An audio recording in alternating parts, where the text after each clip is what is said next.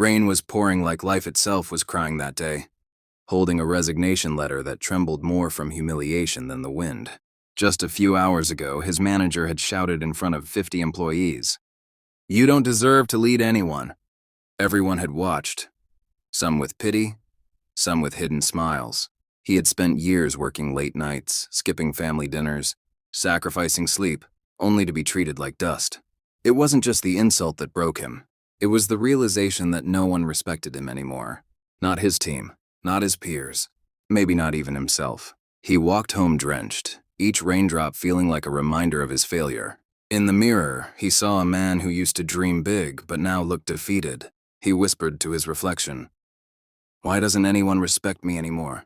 That night, as he sat staring at his laptop, a notification pinged, an old email from a leadership mentor he once followed. Respect isn't demanded, it's commanded. And there are 7 ways to do it. 7 truths that can rebuild you from ashes. Something inside Arav lit up. He printed that line and taped it to his mirror. He didn't know it then, but this was the start of a journey. One that would teach him how true respect is never given freely. It's earned through character, power, and emotional control. Arav decided that night. He wouldn't quit life. He'd rebuild himself, learn every one of those 7 ways, and become a man who could command respect instantly. And so, as dawn broke through the window, his journey began. The next morning, Arav woke up earlier than usual. The world outside was still quiet, only the faint hum of early traffic and birds starting their day. He poured himself a cup of black coffee and stood in front of the mirror, staring at his own tired reflection. For the first time, he didn't look away.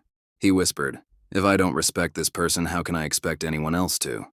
The first lesson his mentor's notes mentioned was, respect begins with presence, not power, not position. Presence. That word echoed in Arav's mind all day. When he reached the office to return his ID card, something strange happened. The same people who used to ignore him now looked confused. Because he didn't look broken anymore. He wasn't slouching. His shoulders were straight, his walk steady, and his silence deliberate. He realized that respect often starts in silence, not the silence of weakness, but the silence of confidence. When you walk like you belong, people notice. When you speak less but with certainty, people listen. Later that day, as he handed his resignation letter to his manager, he didn't plead or explain. He simply said, "Thank you for everything I learned here. I'm moving on to grow." His voice was calm, not bitter, not afraid. That calmness itself was power. His manager paused, taken aback. For a moment, it seemed like he was the one who felt small. That was the first spark. The power of presence. As Arav walked out of the office building for the last time, sunlight broke through the clouds. He could feel it, not on his skin, but inside his soul. For the first time in years, he felt control. That evening, he wrote in his journal, "People respect those who respect themselves, in posture, in tone, in silence. My presence must speak before my words do." That was way number 1, and it had already changed something deep within him. Tomorrow, he would seek the second lesson, the strength of boundaries. He had always believed that kindness earned respect, but now he realized, kindness without limits earns only exhaustion. He remembered how often he'd said yes to extra work, even when it wasn't his job. How he'd stayed late fixing others' mistakes just to keep the peace, and each time, people had respected him a little less. That afternoon, his phone buzzed. It was Rohit, an ex-colleague who'd always taken advantage of Arav's helpful nature. "Bro, can you fix that old project file? I know you're free now," the message read casually. Arav smiled faintly. Before, he would have said sure, but today was different. He typed slowly, "I'm focusing on new goals now. You'll need to handle it yourself." His finger hesitated for a second. Then he pressed send. It was a small act, but it felt like lifting a heavy stone from his chest. For the first time, he wasn't guilty for saying no. He realized that boundaries aren't walls to keep others out. They're doors that teach others how to treat you. Respect doesn't come from being available. It comes from being intentional. Later that day, he visited his mentor, an old man named Rajan who ran a quiet bookshop. Rajan listened as Arav explained his new perspective. The old man smiled and said, "When people know where your line stands, they step carefully. But when your line keeps moving, they'll walk all over it." Arav nodded slowly. That hit deep. He wrote it in his notebook before leaving. "My time is valuable. My energy is sacred. My kindness is strength, not currency." As he walked home, the city lights shimmered like tiny reminders of progress. Each glow was a little victory. Another piece of his old self breaking away. He was beginning to rebuild his identity, piece by piece. He was learning that commanding respect wasn't about changing others. It was about transforming himself.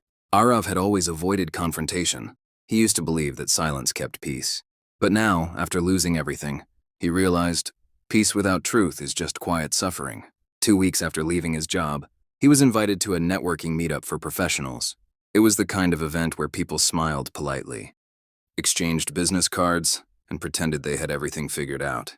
Arav stood near the corner, listening to a man boast about his perfect leadership style, the same man who once dismissed Arav's ideas in front of a room full of people. The old Arav would have smiled awkwardly and stayed silent, but not today. When the man turned to him and said, "You remember how your project failed? That's why leadership isn't for everyone." The air around them tightened. People glanced over. Arav felt a familiar sting of humiliation rising. But this time, he didn't swallow it. He looked straight at the man and said calmly, "It failed because no one had the courage to support new ideas. Leadership isn't about control, it's about trust. And that's something I've learned the hard way." The room went silent. No anger, no shouting, just the weight of truth hanging heavy in the air. The man's smile faded, replaced by something unexpected: respect. Arav's hands trembled slightly, but inside he felt powerful. Speaking the truth wasn't about winning an argument. It was about freeing himself from the fear of judgment. Later that night, he wrote in his journal, "Truth is a sword, not to hurt, but to cut through lies that hold you prisoner." He thought of all the times he had stayed quiet to fit in. Each silence had chipped away a little more of his self-respect. But today, by speaking up, he had reclaimed a piece of his voice. He realized something profound. People might not always like honesty, but they'll always respect it. Rajan, his mentor, later told him, "Courage doesn't mean shouting. Sometimes, courage is saying one honest sentence when your voice wants to hide." Arav smiled and replied, "Then today, I finally spoke like a man who respects himself." That night, the stars outside, his window looked brighter, as if the universe itself had nodded in quiet approval. Days turned into weeks, and Arav's transformation slowly took shape, not through grand gestures, but through quiet daily choices. His mornings now began before sunrise: a short workout, 10 minutes of silence, and a list of 3 goals for the day. He had learned something profound.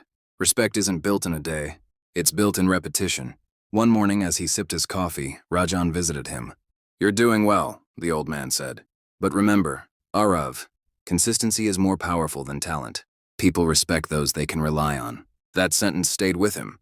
It reminded him of his past, how often he'd make promises to himself and break them. "I'll start tomorrow. I'll be more confident next week. I'll stop caring what others think." But tomorrow never came. So Arav decided to do something different this time. He picked one simple rule: no matter what happens, I will keep my word, even when no one's watching. The first test came that evening. A friend invited him out for drinks, just as he was about to start a course he had promised himself to complete. For a moment, he was tempted. The easy laughter, the comfort of distraction. But then he remembered, discipline commands respect, even from yourself. He politely declined and sat alone with his laptop. It wasn't easy, but when he finished his first module, a quiet satisfaction settled over him. It wasn't pride, it was peace. The kind that comes when your actions finally match your words. The next morning, Rajan called him. "How was your evening?" he asked. Arav smiled. "I kept my promise," the old man chuckled. "Then you've already learned more than most men ever do." He wrote in his journal that night, "The world may doubt my potential, but it will never doubt my consistency." He noticed people around him starting to respond differently. His words carried more weight now, his presence more respect. Why? Because consistency breeds trust, and trust is the foundation of respect. Arav realized that true strength isn't loud. It's quiet, steady, and unshakable. Arav had started feeling a rhythm in his life, a balance between focus and calm. But Rajan reminded him gently one evening, "The moment you think you've learned enough, that's the moment your respect begins to fade." Those words lingered. He had seen it happen before. Leaders, teachers, even friends who grew proud of their success, forgetting that every mountain has another peak beyond it. Arav realized that humility isn't about lowering yourself. It's about keeping space in your mind to grow. The next morning, he visited a leadership workshop. The hall was full of young professionals, energetic and eager. When the speaker invited participants to share their ideas, Arav hesitated. He had experience now. He could easily take the spotlight, but something stopped him. He chose instead to listen. He took notes, observed quietly, asked questions instead of making statements. And to his surprise, the more he listened, the more people respected his presence. They could sense he wasn't there to prove himself. He was there to learn. During a short break, a woman from his group approached him and said, "You speak less, but when you do, it feels meaningful." Arav smiled. "Maybe because I'm still learning how to speak from understanding, not from ego." That day he understood that respect grows stronger when you show that you don't know everything. People admire confidence, but they trust humility. When he returned home, Rajan was waiting at the bookstore. Arav shared what he had learned. The old man nodded, his eyes warm. A proud man collects followers. A humble man earns believers. The first is cheered when he succeeds. The second is remembered when he's gone. That night, under the soft light of his study lamp, Arav wrote in his journal, "Humility is not thinking less of myself. It's thinking of myself less. Every person I meet can teach me something. Respect begins when I start listening." He smiled as he closed the notebook. The sixth sense of purpose within him was growing stronger, not from pride, but from peace. He was no longer chasing validation. He was collecting lessons. Respect can vanish in a single moment of anger. And Arav was about to learn that lesson the hard way. It happened one humid afternoon. He was at a client meeting for a small project he had recently taken up. Things had been going smoothly until one of the clients, a young man full of arrogance, interrupted him mid-sentence. "I don't think you understand the concept," the man said, smirking. For a second, old habits stirred. The same sting of disrespect that once made. Arav either shut down or explode inside. His pulse quickened, his jaw tightened. His hands curled into fists under the table. But then he remembered Rajan's words. The one who controls his emotions controls the room. He took a deep breath. Instead of reacting, he simply leaned back and replied, "Maybe you're right. Let's look at it from your angle." His tone was calm, not sarcastic, not submissive, just centered. The tension shifted instantly. The client blinked, caught off guard. Arav guided the discussion forward, weaving logic and patience together. By the end of the meeting, even the arrogant client was nodding in quiet respect. When Arav stepped outside, he smiled to himself. He had realized something powerful. Control isn't about suppressing emotions. It's about directing them. Later that evening, over tea, Rajan said, "People respect those who can stay calm in the storm, because calmness means power. Not the power to dominate, but to endure." Arav nodded slowly. "It's strange," he said. "When I stayed silent out of fear, I lost respect. But when I stayed silent out of control, I gained it." That night, his journal entry read, "My emotions are my soldiers. If I command them well, they protect my respect. If I lose control, they destroy it." He thought about how many times in life he'd given people the weapon of his own anger, letting them provoke him into losing his calm. Not anymore. Now, he understood that true leaders remain steady, even when everything else shakes. The next morning, when he looked at his reflection, he saw not just confidence, but composure. The kind that only comes from mastering yourself. The legacy of integrity. Integrity, the seventh and final way. Arav had read the word countless times before. It sounded noble, almost poetic. But only now, after everything, did he begin to understand what it truly meant. It was a quiet Sunday morning. Arav sat with Rajan in the bookstore, sunlight filtering through the dusty windows. The old mentor closed a worn-out book and said, "Integrity isn't about being honest when others are watching. It's about choosing truth when no one will ever know." That line pierced through Arav's heart. Later that day, Arav received an email, a lucrative freelance offer from a major client. But there was a catch. The company wanted him to present a proposal that included a few borrowed ideas from another designer's work, something Arav could easily pull off without anyone noticing. The money was tempting, the recognition even more so.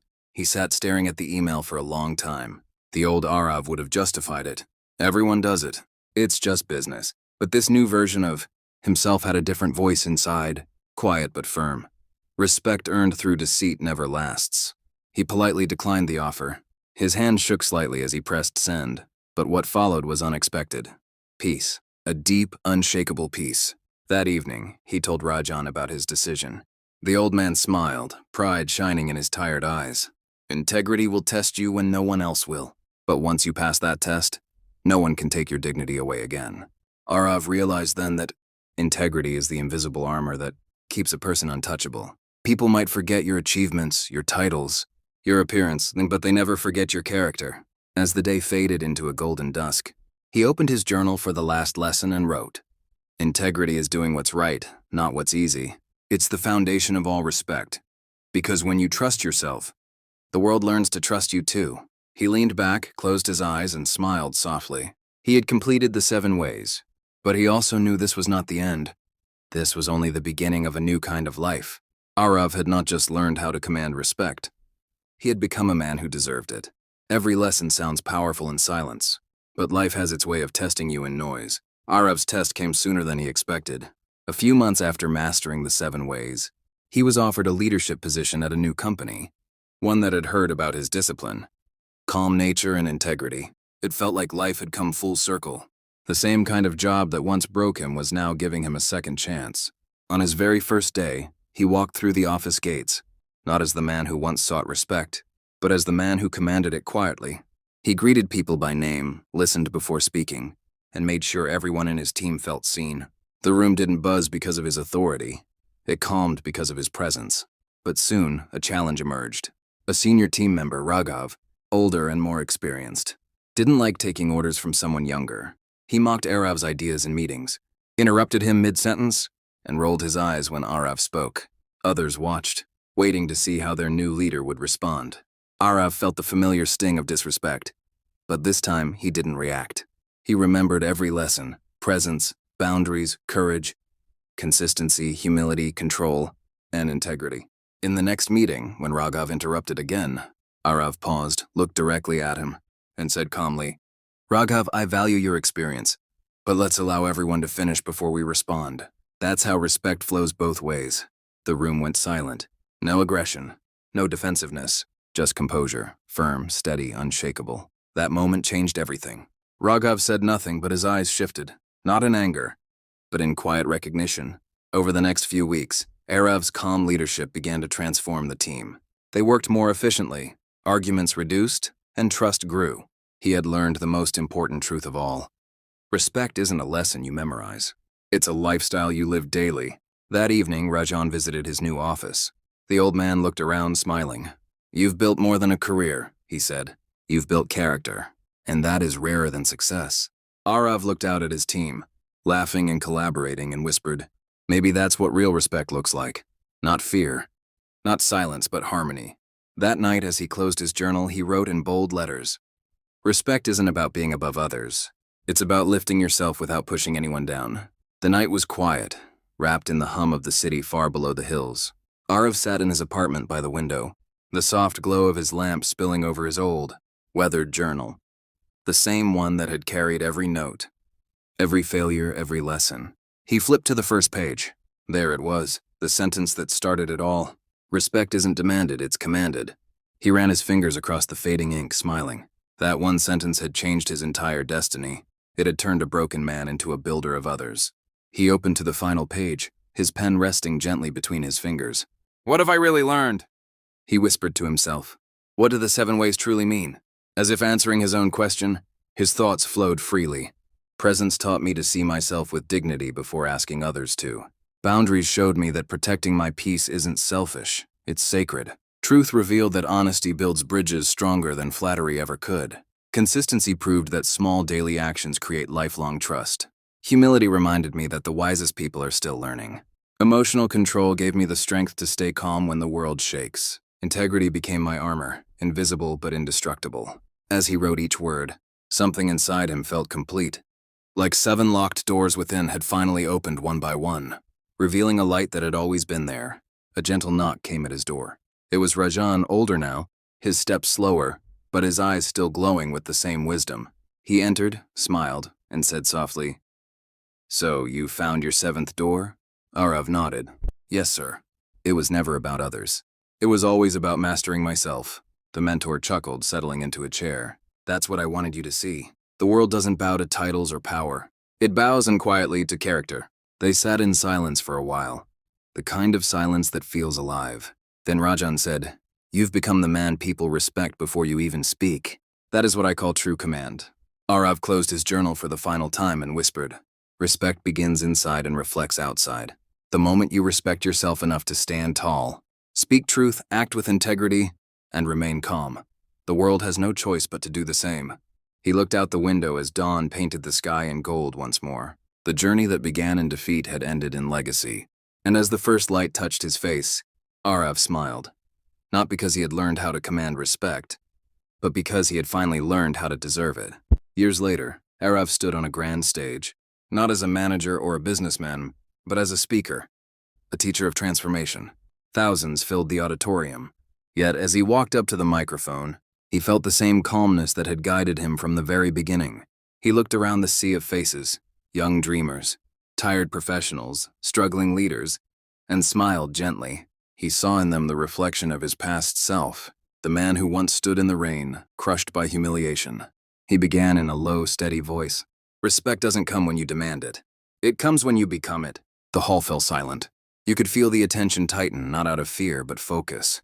Arav continued, his words flowing from experience, not ego. Years ago, I thought respect meant control.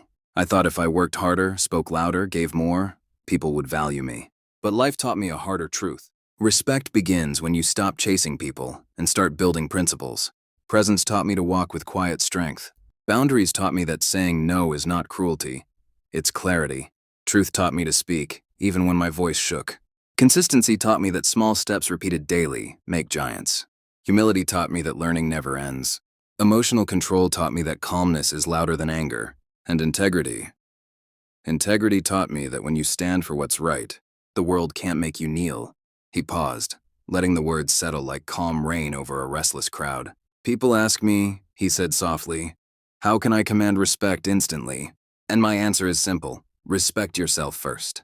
Every time you keep a promise, every time you tell the truth, every time you stay calm when it's easier to break, you build an invisible force around you. That force is respect. It doesn't need to be announced. It's felt. He looked up toward the lights, his voice gaining strength. The world doesn't remember those who shouted for attention. It remembers those who lived with intention. The hall erupted in applause. Some stood, some wiped quiet tears. Arav bowed slightly, gratitude glowing in his eyes. Later that evening, he stood backstage, gazing at the crowd dispersing into the night. He whispered to himself, respect is not what others give you. It's what your soul reflects when you've mastered yourself. And with that, Arav smiled one last time. Not for the audience, not for applause, but for the journey that turned pain into power and silence into command. That night, Jone stood in front of the mirror and, for the first time, truly looked at himself. His eyes didn't shine, they trembled. 9 years of hard work stared back at him, yet not a trace of respect followed. At the office, people said, yes, sir, with fake smiles. But the moment he turned away, they laughed. He wasn't the leader. He was the punchline. Late that evening, while clearing his desk, Jone muttered under his breath, I just want people to respect me. But maybe I don't deserve it. His friend Daniel, standing by the door, heard him and said quietly, respect isn't something you ask for, Jone. It's something you command. And you command it when your presence demands it, not your position. That line hit him harder than any insult ever had. He didn't sleep that night. He decided, from this moment on, life wouldn't just happen. He would shape it. The next morning, Jone deleted every motivational quote from his phone. He said to himself, no more borrowed courage. From now on, my actions will speak. His first step, presence. He realized respect starts when you stop shrinking yourself to make others comfortable. So he fixed his posture. He slowed his words. He looked people in the eye, calmly and firmly. During a meeting that week, when tempers flared, he didn't argue. He simply leaned forward and said, let's step back and look at this from another angle. Silence, then nods. For the first time, people listened. Daniel smiled later and said, you used to fade into the background. Now when you walk in, the energy shifts. Jone nodded, his lips curving into a small smile. Maybe, he said. I've just opened the first door. That night, he wrote in his journal, the first key to commanding instant respect is presence. When you finally show up for yourself, the world begins to show up for you. He closed the notebook slowly. He didn't know yet. 6 more doors waited ahead, each one tougher, deeper, and more transformative. The next few weeks changed something in Jone. He no longer rushed to fill silence, no longer laughed to please, no longer explained his every move. His presence had grown stronger, but he didn't yet realize that presence without boundaries is like a house without walls. Anyone can walk in and take what they want. At the office, people began to notice his new energy. Some admired it. Others tested it. One morning, his coworker Mark dropped a pile of extra files on Jone's desk. "Hey buddy, you're good at this stuff. Mind helping me out again?" Jone hesitated. The old version of him would have said yes, out of fear, not kindness. But this time he looked up slowly, smiled, and said, "Sorry, Mark, I've got my own deadlines today. I can't take this on." Mark blinked, surprised. "No worries, man," he said awkwardly, and walked away. That was it. Just one no. But Jone felt a strange power rise in his chest. Calm, quiet, unshakable. That evening, Daniel asked, "Rough day?" Jone chuckled. "Maybe not rough, just new. I said no to something, and I didn't feel guilty." Daniel nodded knowingly. "And then congratulations. You've found your second key, boundaries. When you stop letting people cross your limits, they stop underestimating your worth." The next few days, Jone began applying it everywhere. Politely, clearly, firmly. When a team member tried to dump their mistakes on him, he said, "I'll help you find a solution, but I can't own your problem." When his manager pushed unreasonable overtime, Jone replied, "I'm happy to give my best during working hours, but after that, I need to recharge to stay effective." Every time he drew a line, respect grew stronger, not just from others, but within himself. That weekend, Jone sat on his balcony, city lights flickering below, and wrote in his journal, "The second key to commanding instant respect, boundaries. Every time you say no to what disrespects your time or peace, you say yes to your dignity." He smiled as the wind brushed past his face. 2 doors open, 5 to go. And for the first time, Jone wasn't chasing respect anymore. He was becoming the kind of man who naturally received it. It was a cold Monday morning when Jone walked into the conference room, a room heavy with silence and tension. The company's biggest project had just failed, and everyone was looking for someone to blame. His manager, Mr. Raymond, turned sharply toward the team. "We lost a major client. Someone here didn't double-check the numbers," he said, his tone slicing through the air. Jone knew instantly the mistake was his, not because he was careless, but because he had trusted a shortcut. Now, the easy way out was simple: stay silent and let the blame fall elsewhere. But something in his chest wouldn't let him. He remembered Daniel's words. "Respect doesn't come from perfection, Jone. It comes from honesty that stands even when it's shaking." He took a slow breath, stood up, and said, "Sir, the fault is mine. I rushed through the review. I should have checked it again." The room froze. Mr. Raymond stared at him in surprise. No one confessed in that office. After a long pause, he said, "You do realize this could cost you the client and maybe your position?" Jone nodded. "Yes, sir. I understand." There was another silence. Then Raymond leaned back and said quietly, "Everyone makes mistakes, Jone, but not everyone owns them. We'll fix this together." The meeting moved on, but whispers spread, not of gossip, of respect. That day, something changed. People who never looked at Jone before now nodded when he passed by. Not because he was right, but because he was real. Later that evening, Daniel met him outside the office. "So," he asked, "how does it feel to tell the truth even when it hurts?" Jone smiled faintly, like burning and healing at the same time. Daniel laughed softly. "That's the third door, my friend, truth. When you dare to speak it, people might not like you immediately, but they'll never forget that you had the courage to." That night, Jone wrote in his journal, "The third key to commanding instant respect, truth. Lies may protect you for a moment, but truth protects your legacy forever." He looked out the window, feeling lighter than he had in years. He'd lost a project, but gained something far greater: credibility. 3 doors open. And the next one, consistency, would test whether his courage was a one-time spark or a lasting flame. Weeks passed, and Jone began to rebuild, not just his reputation, but his rhythm. After the truth came out, people started trusting him more. But trust, he soon realized, was fragile. It needed proof, again and again. Respect wasn't a spark anymore. It was a daily fire that had to be kept alive through consistency. He started showing up 10 minutes early every day, not to impress anyone, but to prepare his mind before the world could shake it. He reviewed every file twice, made notes, double-checked the data. When others rushed, he slowed down. When others blamed, he corrected. At first, no one noticed. Then, slowly, people began to rely on him. "Ask Jone," they'd say. "He'll know." And just like that, the man who was once ignored became the man people trusted, not because of titles, but because of dependability. One night, Daniel joined him at a quiet diner after work. "You've changed, man," Daniel said, sipping his coffee. Jone smiled faintly. "I just started keeping promises, especially the ones I made to myself." Daniel leaned forward. And that's the fourth key, consistency. Respect doesn't come from what you do once. It's built by what you do every time, even when no one is clapping. Jone nodded. He had learned that motivation fades, but discipline doesn't. There were mornings when he didn't feel like trying, days when nothing went right.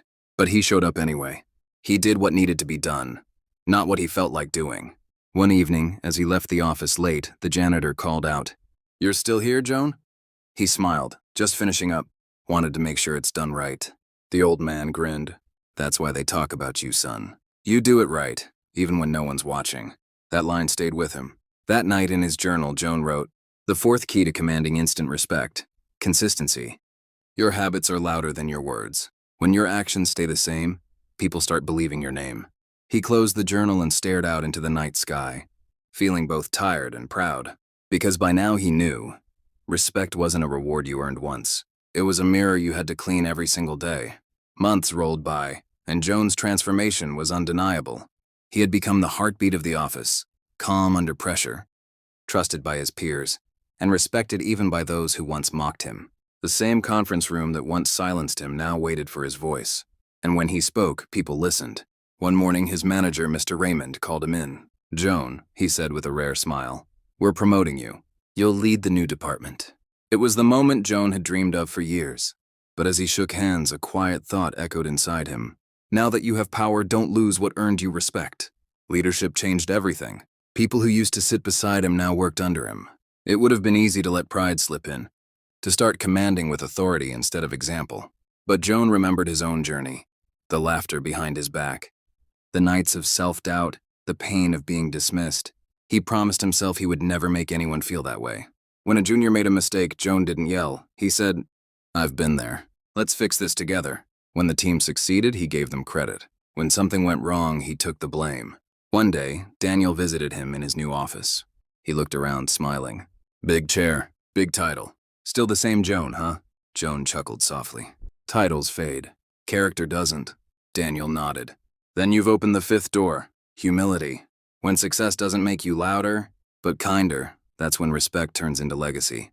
That evening, as the golden sunset lit his desk, Jone wrote in his journal, "The fifth key to commanding instant respect, humility. The higher you rise, the softer your voice should become. Because real leaders don't stand above others, they lift others up."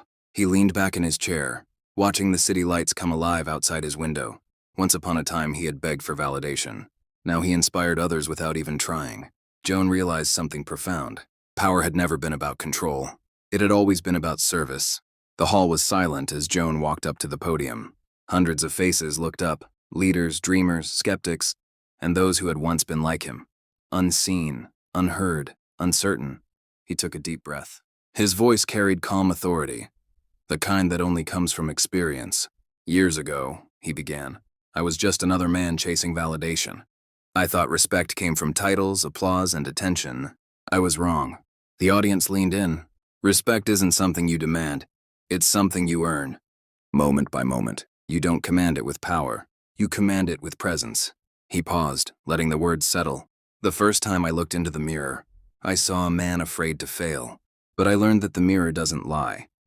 It reflects your courage, not your perfection." A soft murmur of agreement spread through the crowd. Then I discovered the power of silence. When you can control your emotions, your words become weighty. Calm people are often the loudest, or because their peace speaks louder than noise. He smiled, recalling the lessons that shaped him. "I learned the value of truth, even when it hurt. The strength of consistency, even when no one noticed. The discipline of humility, because pride may win applause, but humility wins hearts." People began to nod, taking notes, whispering to each other. But Jone wasn't finished. His tone deepened, passionate and unshakable. "And then came the hardest lesson, integrity. The world will test you with shortcuts. It will whisper, 'No one will know.' But remember this, you will. And if you betray your own values, no amount of respect from others can fill the emptiness inside." He looked around the hall, every eye on him. So if you truly want to command instant respect, don't chase it. Become someone who deserves it. Speak less, mean more. Do right, even when it costs you. Stand tall, even when you stand alone. He smiled, not the smile of victory, but of peace. The world doesn't respect perfection. It respects authenticity. Respect begins within you. And once you have it there, no one can take it away. The crowd rose to their feet, applause echoing through the hall. Jone stepped back, humbled. For years he had searched for respect in others' eyes. But tonight he finally saw it in his own reflection. And that was enough.